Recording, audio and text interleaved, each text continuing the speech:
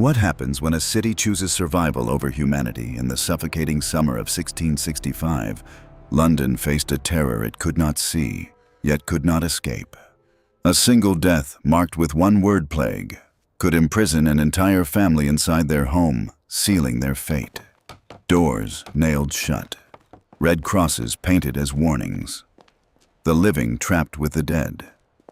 As heat pressed down and fear spread faster than disease, London began its descent into silence, isolation, and unimaginable choices. This was not just an epidemic. It was the unraveling of a civilization. Before the plague consumed it, London in 1665 stood as the beating heart of England's growing maritime empire. Nearly 500,000 people crowded into a space barely 2 miles across, still shaped by ancient Roman walls, but bursting outward into chaotic suburbs known as the Liberties. The city was dense, loud, and alive with motion. Along the Thames, trade defined daily life. Ships arrived from Hamburg, Amsterdam, and distant eastern ports carrying spices, silk, and stories of a wider world. Dock workers shouted over crashing cargo, while watermen ferried passengers through polluted waters thick with refuse. The air smelled of tar fish and rot, an unmistakable signature of urban life. The streets themselves told another story. Timber-framed houses leaned inward, their upper floors nearly touching, blocking sunlight and trapping heat. Open drains ran down the center of narrow lanes, carrying waste toward the river. Visitors from the countryside often covered their faces, overwhelmed by the stench. Yet London was not merely filthy, it was magnificent. King Charles II held court at Whitehall, projecting restored royal authority. Markets in Cheapside glittered with goldsmith displays, while booksellers near St. Paul's Cathedral fed a growing appetite for ideas. Coffee houses buzzed with merchants debating trade and empire. But beneath this energy lay a rigid social hierarchy. Wealthy merchants lived in stone houses near financial centers, while artisans crowded into workshops above their trades. Below them, laborers struggled daily. And in the poorest districts, entire families shared single rooms, conditions ripe for disease. This was a city of opportunity and inequality, brilliance and decay. A city perfectly built for prosperity and unknowingly for catastrophe. The plague did not arrive with spectacle. It crept quietly into London's western edges, first appearing in overcrowded districts like St. Giles. A fever here, a swelling there, isolated cases that seemed almost ordinary. Early death counts were low, barely alarming. At first, the wealthy dismissed it. Disease, they believed, belonged to the poor. It thrived in cramped tenements and filthy alleys, places they rarely saw. But the numbers told a different story. Week by week, deaths increased. 9 became 14. 14 became dozens. By June, the illusion of control began to fracture. The infection spread eastward, moving through parishes like fire through dry timber. The bills of mortality recorded rising numbers that could no longer be ignored. Fear replaced denial. Then came the exodus. King Charles II fled London in late July, relocating his court to safer grounds. Aristocrats followed, abandoning their homes. Physicians, those meant to heal, left almost entirely. Of dozens of licensed doctors, only a handful remained. For those with wealth, escape was possible. Wagons carried families out of the city if they could afford the fare. But for the poor, there was no escape. Roads were blocked. Villages turned away outsiders, fearing contamination.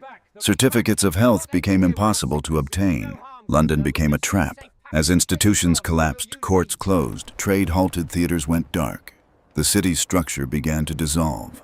What remained was a fragile skeleton of authority. A mayor, a few officials, and a system preparing to enforce extreme measures. The plague was no longer distant. It was everywhere. By late July, London had transformed into something unrecognizable. A city not just infected, but imprisoned. The authorities enforced a brutal logic: isolate the sick to protect the healthy. When plague entered a home, that home was sealed. Doors were nailed shut from the outside. A red cross marked the entrance, accompanied by a desperate plea: "Lord, have mercy upon us." Inside, entire families were condemned together, healthy and sick alike, trapped for 40 days. A watchman stood guard outside each infected house, armed and vigilant. He delivered food, reported deaths, and prevented escape. But inside, the reality was unbearable. In the suffocating heat of summer, families shared cramped spaces with the dying, and then with the dead. Corpses could remain for days before removal. The air thickened with rot waste and fear. Some tried to escape. They bribed watchmen with their last valuables or drugged them with alcohol. Others broke through walls, crawling into neighboring homes under cover of darkness. These desperate acts revealed a deeper truth: people feared confinement as much as the disease itself. Samuel Pepys would later describe the haunting cries echoing through the streets, voices of women and children locked inside, pleading, fading. It was a sound that defined the plague more than death itself. Outside, the city changed too. People avoided walls where the sick might lean. They stopped shaking hands. Conversations disappeared. When strangers passed, they turned their faces away. Trust, once the glue of urban life, had dissolved into suspicion. This was no longer just a health crisis. It was psychological collapse. London had not only locked its doors, it had locked away its humanity. As August deepened, death became the rhythm of London. The sound of church bells tolled without rest, marking each burial until even that was banned, for fear it would drive the living into panic. In their place came another sound, more chilling: the call of the dead carts.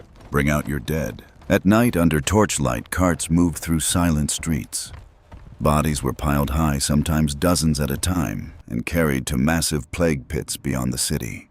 These graves, vast and hastily dug, swallowed entire communities. Layer upon layer, the dead were stacked with only thin coverings of earth. By September, weekly deaths exceeded 7,000. Some estimates suggest far more. Entire parishes emptied. In certain streets, the dead outnumbered the living. Without medical answers, desperation filled the void. The city became a marketplace of false hope. Vendors sold miracle cures, cordials, powders, and potions promising protection. Many were useless. Some were deadly. Strange remedies took hold. People carried herbs pressed to their noses, believing they could purify the air. Others wore dried toads or held live animals against their bodies, convinced the disease could be drawn out. Even trained physicians lacking real understanding endorsed these methods. Yet amid the chaos, a few remained steadfast. Apothecaries like William Boghurst treated dozens daily entering infected homes others feared. Parish workers, watchmen, and clergy continued their duties knowing the risk. Still, society frayed. Families abandoned loved ones. Servants fled. Fear overpowered loyalty. Yet in rare moments, humanity endured. Parents stayed with dying children. Officials refused to abandon their posts. To survive, London in 1665 required something extraordinary. Not strength, but the ability to endure constant death and keep living anyway. September marked the breaking point. Death reached numbers beyond comprehension. 7,000, 8,000 in a single week. Entire neighborhoods fell silent. In some parishes, over 90% of recorded deaths were from plague. Markets closed, trade collapsed, and the flow of goods that once sustained London simply stopped. The economic consequences were devastating.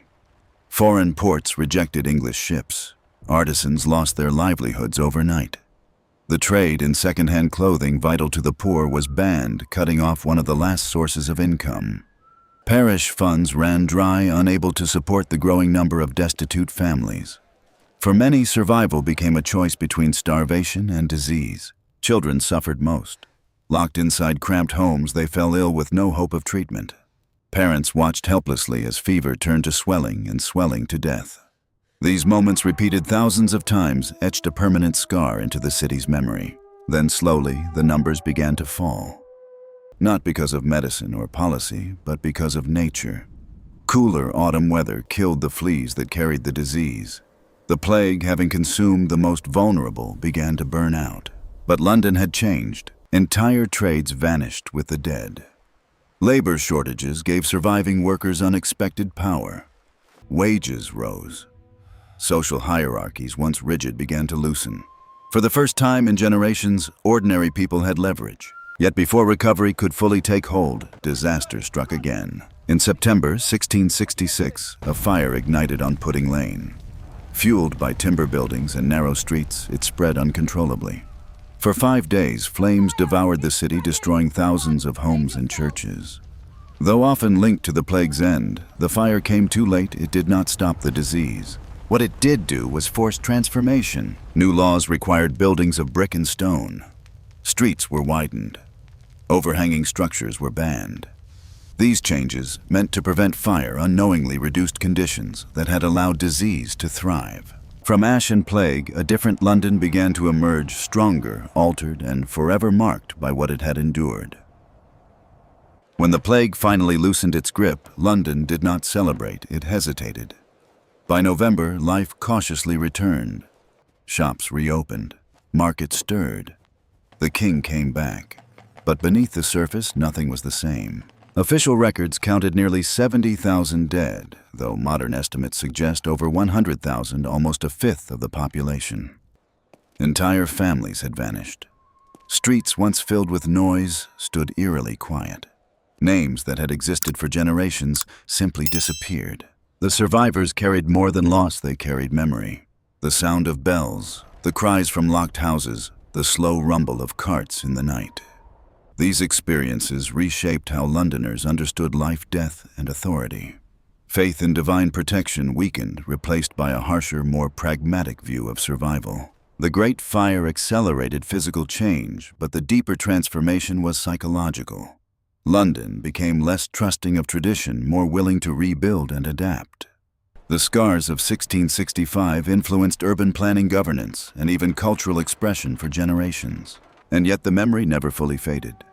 Even today, construction sometimes uncovers forgotten plague pits, silent reminders of that catastrophic summer. So now let me ask you, if you lived in London in 1665, would you have stayed or tried to escape? If this story made you see history differently, take a moment to comment your thoughts below. Like the video. If you found it powerful, subscribe for more immersive historical journeys, and share this with someone who loves uncovering the past. Thank you for watching, and wherever you are in the world, stay safe, stay curious, and I'll see you in the next story.